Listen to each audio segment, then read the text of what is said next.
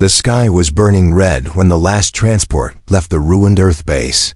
Smoke still rose from the crushed towers of concrete and steel. Among the wreckage, only one human was left behind, Ethan Cole, a low-ranked technician who should have been on that ship. But a system error, a locked corridor, and a collapsing ceiling had kept him there. He was alone now, stranded on the planet his people had just lost. For days, Ethan had lived in silence, hidden in the deep tunnels beneath the broken facility. He survived on ration bars, recycled water, and fear. Outside, alien patrols searched the ruins, their machines buzzed overhead. Their strange voices echoed through the halls. They were not killing anymore, they were capturing. Ethan didn't know why. But he had seen enough in the last few weeks to learn one thing: capture was worse than death. On the 7th day, while searching for food, he stumbled on a sealed chamber that had not been opened in years. It was once a private quarters, luxurious, warm, untouched. He entered carefully. Everything inside looked old but well kept. A soft glow lit the room. There was air. There was light. And there was someone inside. He froze. A girl. She stood with her back to him, unzipping a strange outer armor that shimmered in the light. Her skin glowed pale blue. Her hair was silver, long, and braided like silk ropes down her back. She looked young, maybe his age, but not human, clearly not. Her height, the shape of her body, the fine lines of her neck and shoulders. Everything screamed alien. Ethan stepped back, his heartbeat rising in panic and confusion. Why was she here? Was this a trap? The girl turned around, and she looked directly at him. Her eyes, bright violet with rings of gold, did not show surprise. Only calm. She didn't scream. She didn't run. She didn't reach for a weapon. Instead, she tilted her head and said something in a voice that was soft, almost melodic. Ethan couldn't understand her words. I didn't mean to. I'm not here to hurt you, he stammered, raising his hands. Her gaze didn't change. She stepped closer, slowly, watching him carefully. Then, she repeated what she had said before, but this time, in perfect English. You were watching me. Ethan blinked. You speak English? I learned, she said simply. From the recordings, you left so many. He was too stunned to answer. Are you afraid of me? She asked. He didn't know what to say. His mouth opened, then closed.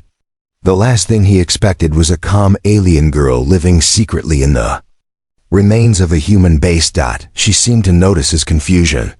My name is Ryan, she said. This was my room. Before the war. Before your kind took it. Now I've returned. Ethan looked around again. The strange furniture, the soft alien designs, the hum of power in the walls. It hadn't been built by humans.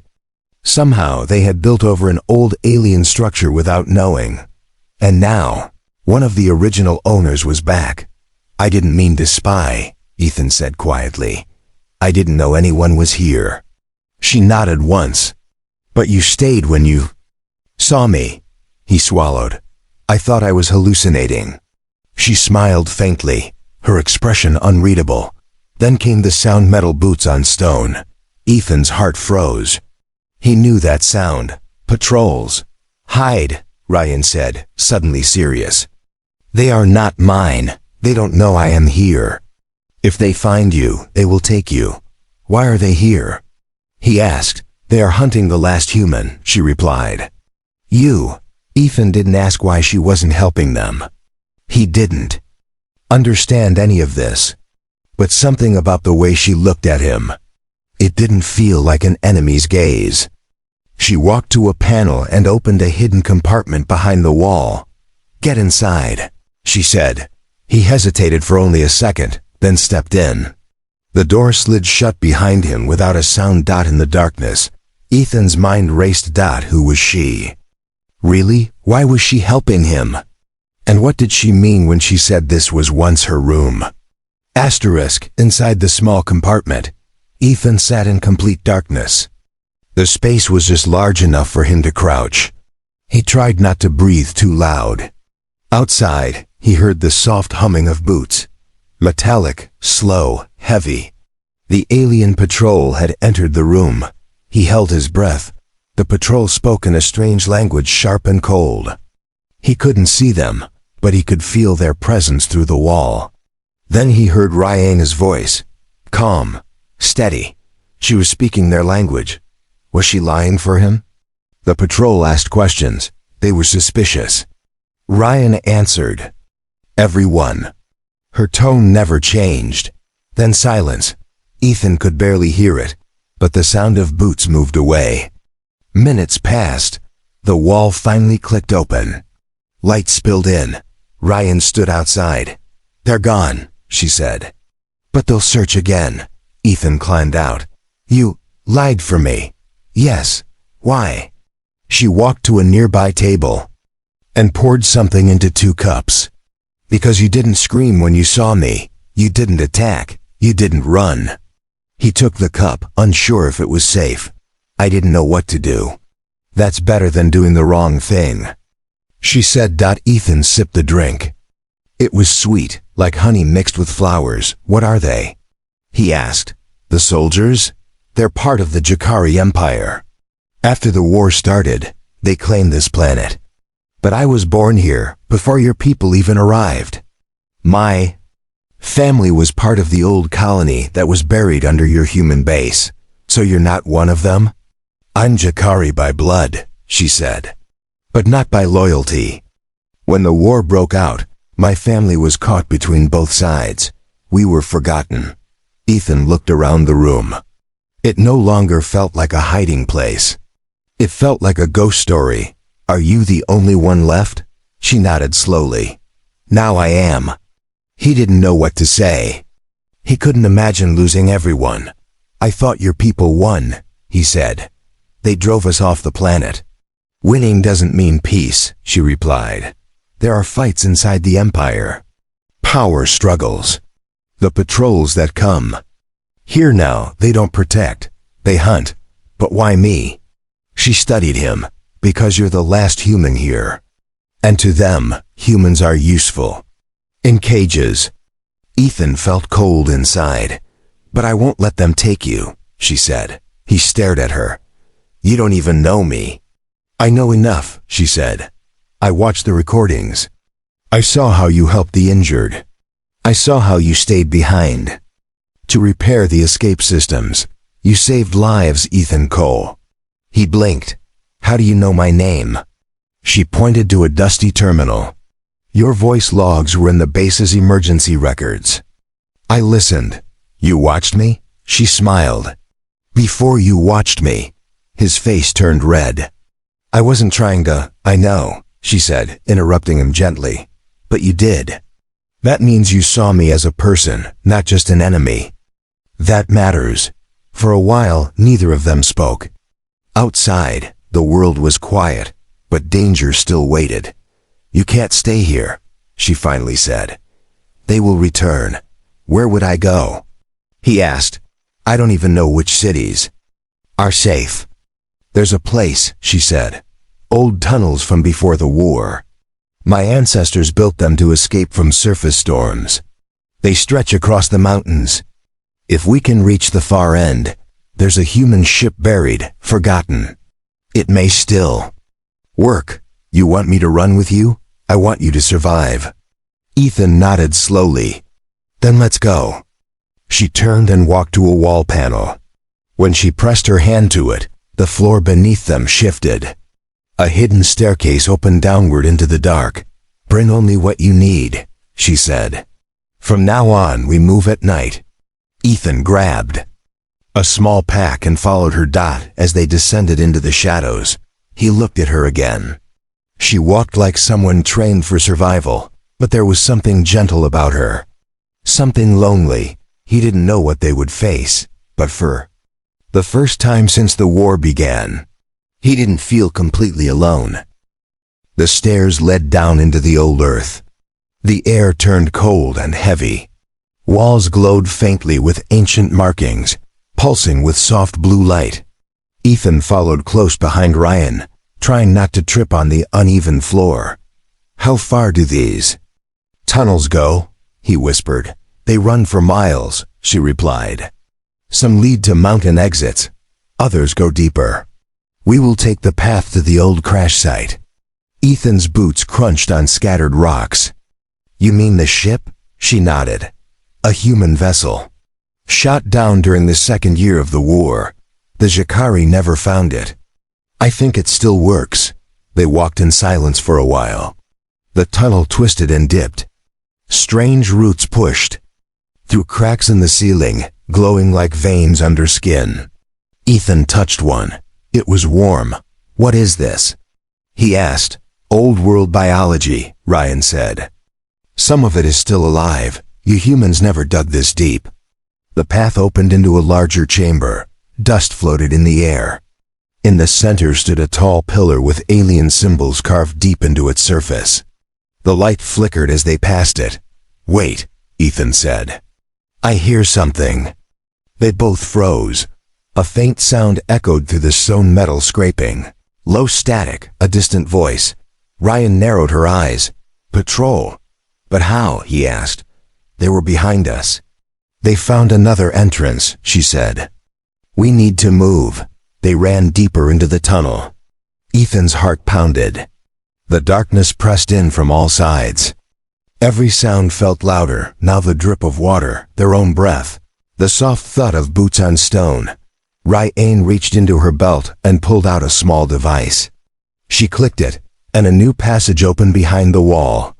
They stepped through, and the doors sealed shut behind them. "This tunnel is unmarked," she said. "Even most Jakari don't know it exists." "Where does it lead?" "To the shrine." "A shrine?" She looked back at him. "The place where my people first met. Yours, before the war, before the betrayal." Ethan said nothing. He felt the weight of her words. They kept walking. The light grew brighter ahead. Soon, they entered a chamber unlike any Ethan had seen before. It was circular, with smooth black stone walls. In the center floated a large crystal, suspended in air. Around it were dozens of seats, half broken, half glowing. "What is this?" he asked, stepping forward slowly. "This is where the first alliance was made," she said. "Your scientists met with our leaders here. They promised peace, trade, understanding." Ethan touched the crystal gently. It was cool to the touch, humming with energy.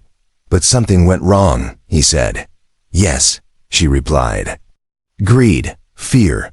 Your commanders wanted our power cores, our teleport tech. They tried to steal it. That began the war." Ethan felt a twist in his chest. He had heard only fragments of the war's start. The official records never told this. "You believe me?" she asked. He looked at her and nodded. "I do." Ryan stepped closer. Her eyes reflected the glow of the crystal. "You are not like the others. That's why I chose to help you." Ethan hesitated, then said, "Why were you alone in that room?" "When I found you," she looked down, "I had returned to say goodbye. That place held memories of my family." A moment passed. "I'm sorry," he said quietly. She didn't reply. But her expression softened. Suddenly, a loud crash echoed through the tunnel behind them. The sealed door was under attack. "They found us," she said. "Is there another way out?" "Yes, through the old shrine's escape shaft." They rushed to a corner wall. Ryan pressed her hand against the stone, and a spiral path opened downward. Ethan looked back as another blast shook the tunnel. "We don't have much time," she said.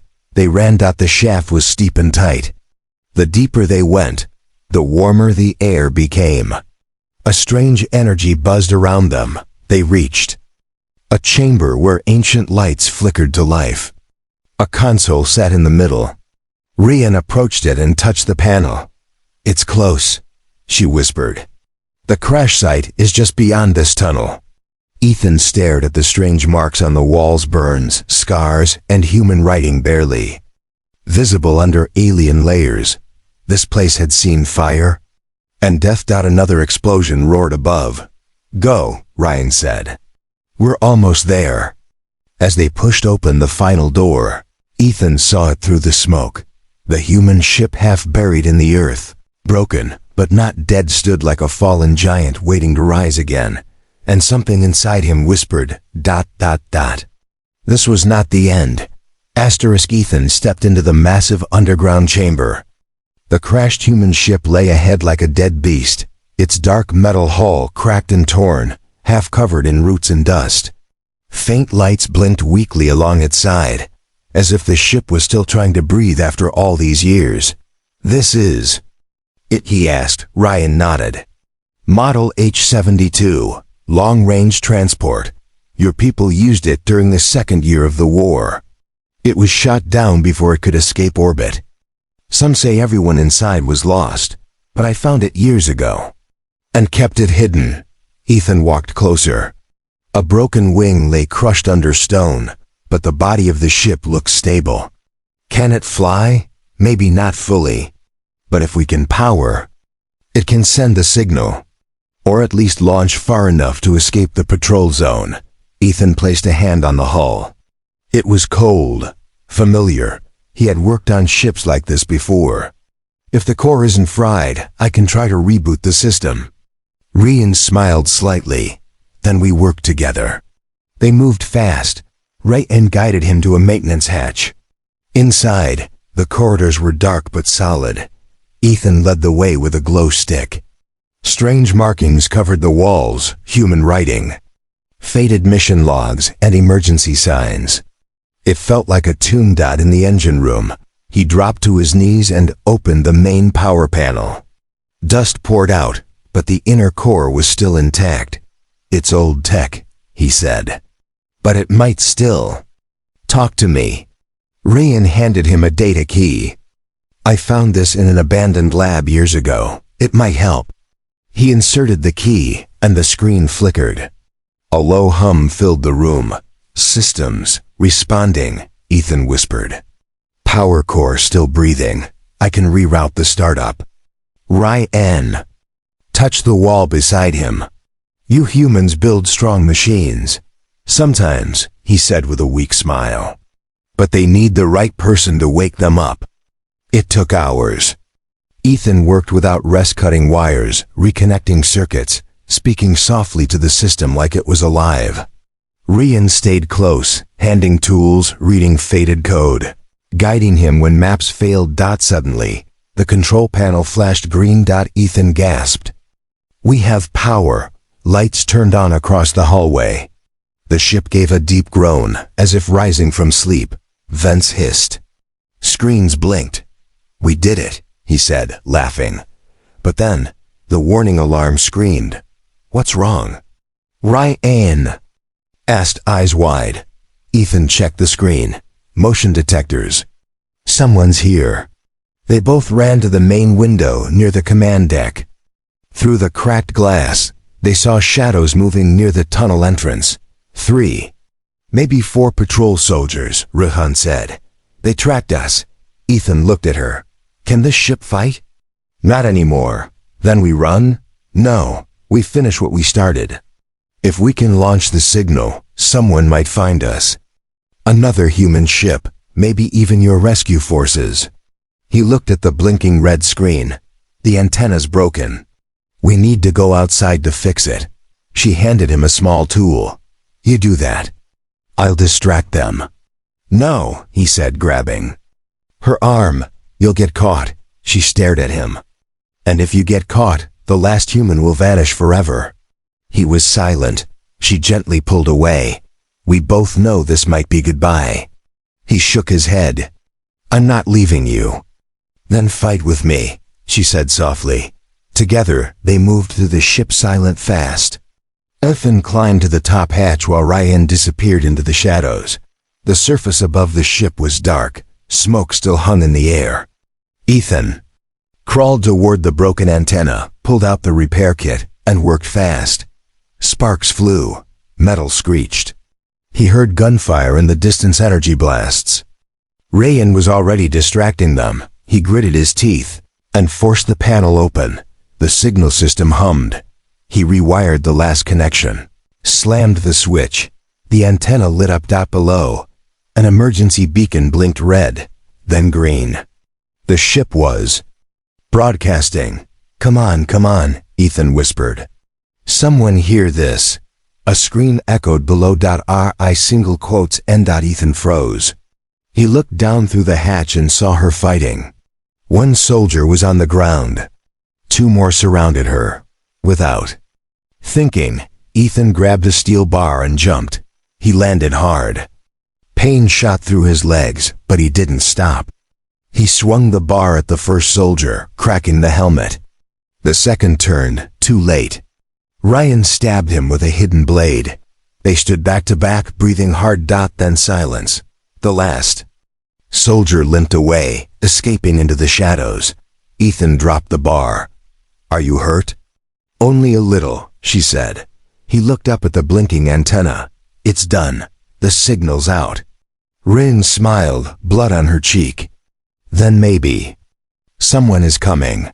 For the first time in weeks, Ethan felt hope. The air was still.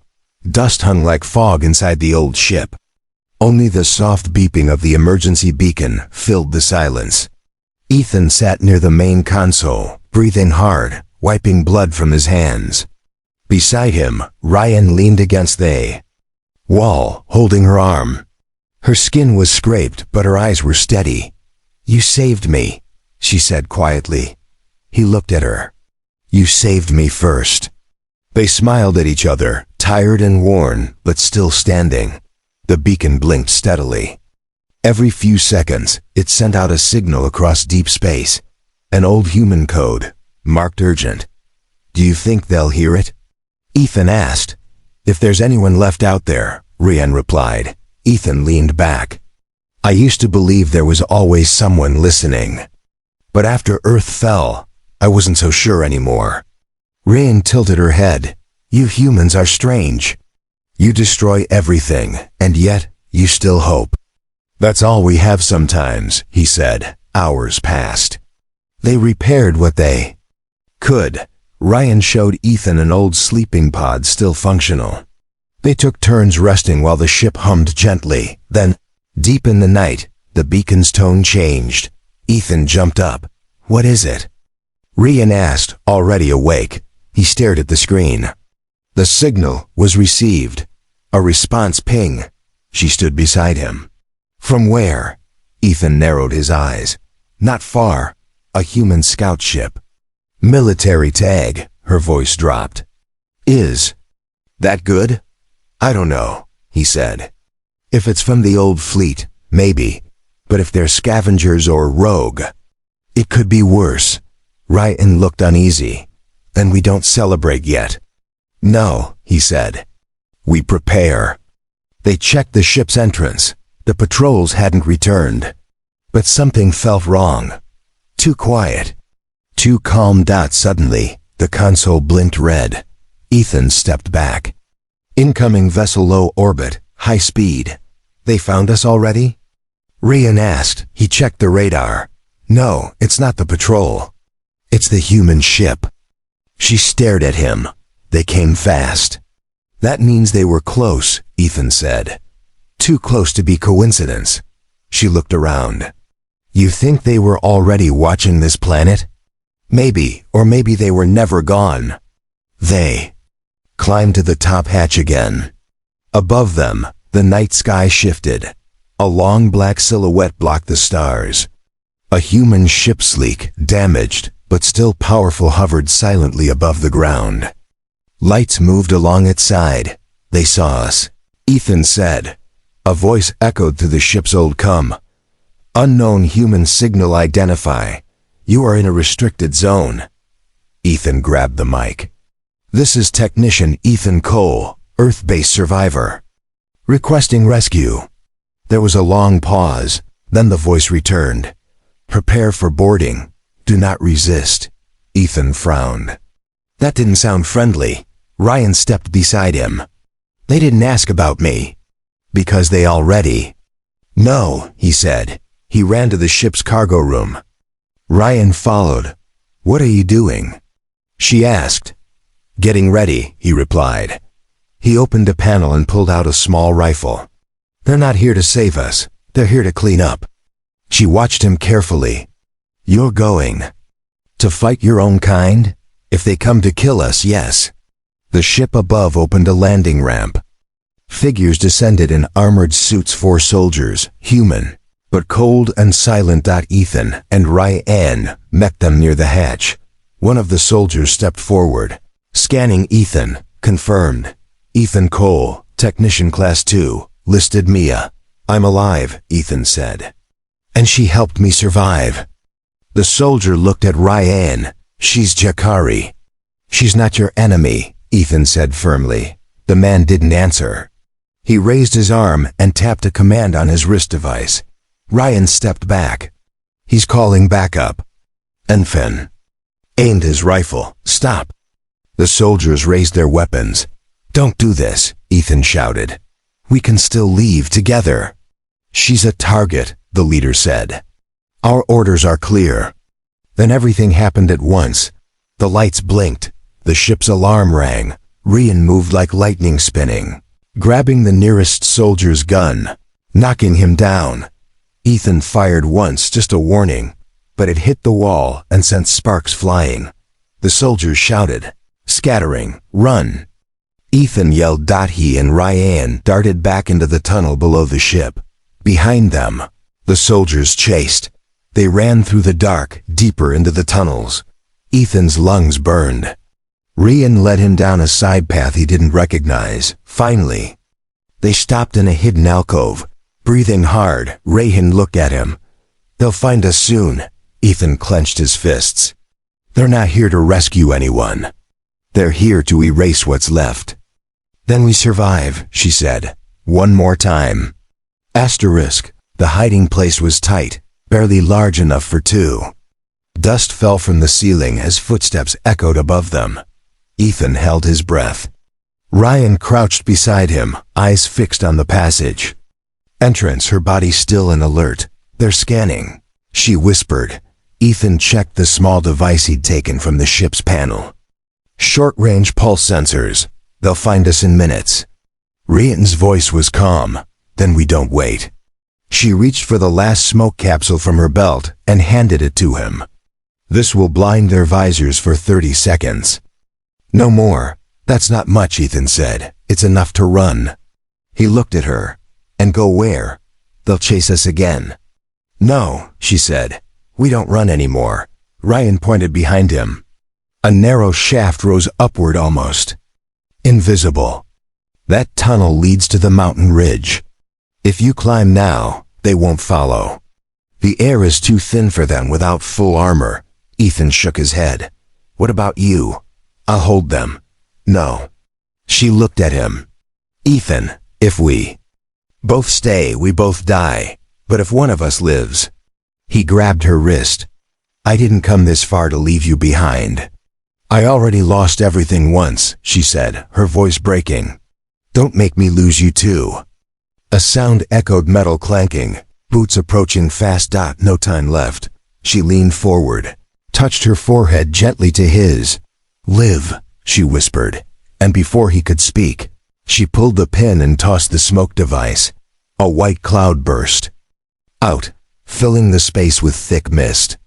Ryan pushed him toward the shaft, then turned and vanished into the fog. Ethan climbed. His hands scraped on sharp stone. His lungs burned, but he kept going. The tunnel narrowed, grew colder. Far below, he heard shouting, gunfire, a scream, then silence. He stopped, heart pounding. He wanted to go back. Every part of him screamed to turn around, but he kept climbing. After what felt like hours, he reached the surface. The sun was rising behind the mountains, bathing the broken world in golden light. Ethan stepped into the cold wind. The sky above was clear, and for the first time, he saw stars blinking faint, but real. Then a voice. Crackling. From the device on his wrist. This is Scout Vessel 3. Sector 5. We received your beacon. Identify. He pressed the button. This is Ethan Cole, survivor. A pause. Location confirmed. Stay in place. Rescue inbound. Ethan fell to his knees. They had heard him. They were coming, but as the wind blew, he turned back toward the tunnels below. There was no sign of her, no movement, no sound. The rescue team arrived within the hour. 3 ships, small and fast, with real human faces behind the helmets. They took him aboard, gave him water, checked his wounds. "You're lucky to be alive," one said. "Most didn't make it." "I didn't survive alone," Ethan replied quietly. They didn't ask more questions. Days passed. Ethan sat by the window of the medical bay as the stars blurred by. He had told them what he could. Some believed him. Others didn't. But he remembered everything. The warmth of her voice, the glow of her eyes, the way she looked at him, not like a stranger, but something more. She had saved him. Again and again. Later, after he had healed, he returned to the control deck. One of the officers approached him. "There's something you should see." She handed him a small data chip. It was found in the wreck of the old ship. "We picked it up before the enemy returned." Ethan placed it into the console. A hologram appeared. Ryan. She stood in the old room, her eyes calm, her voice strong. "If you are hearing this," the message began, "then I didn't make it. And that's all right, because someone did." She smiled. "I believed in peace once. I believed in humans. You reminded me why." She looked straight into the camera. "Live, Ethan, not just for survival, but for something better. For hope." The message ended. Ethan sat quietly, staring at the blank screen. He didn't cry, but his chest ached. From that day on, he never let the memory fade. He spoke of her when they asked. Not just the war, not just the escape, but the girl in the shadows. The alien who taught him that trust can come from the unlikeliest places. And that love, even in the middle of war, can be real.